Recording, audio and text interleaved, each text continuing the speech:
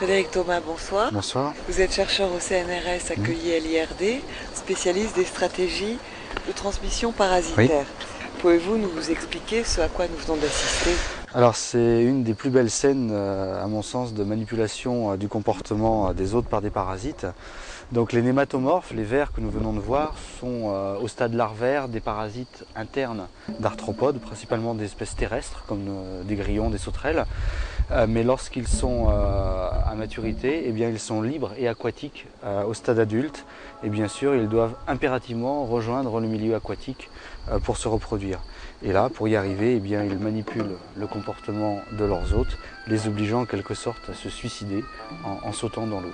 On peut réellement dire que le fait de sauter dans l'eau pour le grillon, ce n'est pas le fait de son propre comportement, ce sont les gènes du parasite qui s'expriment dans le phénotype comportemental de l'hôte. Donc ce sont les gènes du parasite qui dictent à l'hôte d'aller se jeter dans l'eau. Donc pour étudier ceci, nous avons choisi d'utiliser comme outil la protéomique avec l'étudiant en postdoc David Biron qui est dans mon équipe. Donc nous avons appliqué ces techniques-là. Vous l'avez vu, c'est un macroparasite, on peut vraiment le dire. Et ceci nous permet donc d'étudier simultanément le protéome de l'hôte et du parasite à 3 instants stratégiques du phénomène, avant, pendant et après. Donc ces recherches nous ont notamment permis d'identifier des molécules mimétiques, c'est-à-dire des molécules produites par le ver, mais qui sont tout à fait comparables en structure à celles connues dans le système nerveux central des insectes. Donc en fait le ver va mimer ces protéines et on a la preuve de la présence physique de ces protéines dans le système nerveux central de l'insecte, donc le parasite est capable aussi de les injecter.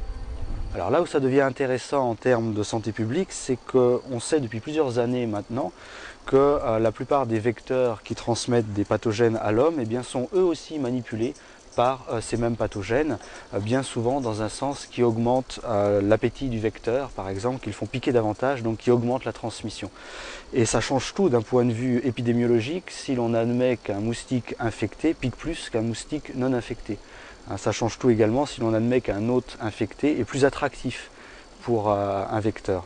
Voilà, donc ces recherches sont tout à fait transposables sur d'autres modèles. On le fait d'ailleurs, puisqu'au travers d'une collaboration avec l'équipe de Gérard Cuny et Sophie Ravel, nous appliquons la même philosophie de recherche au modèle mouche tsetse maladie du sommeil. On travaille également avec moustique malaria et à terme, on espère également travailler sur les triatomes et la maladie de Chagas. Très bien, merci beaucoup.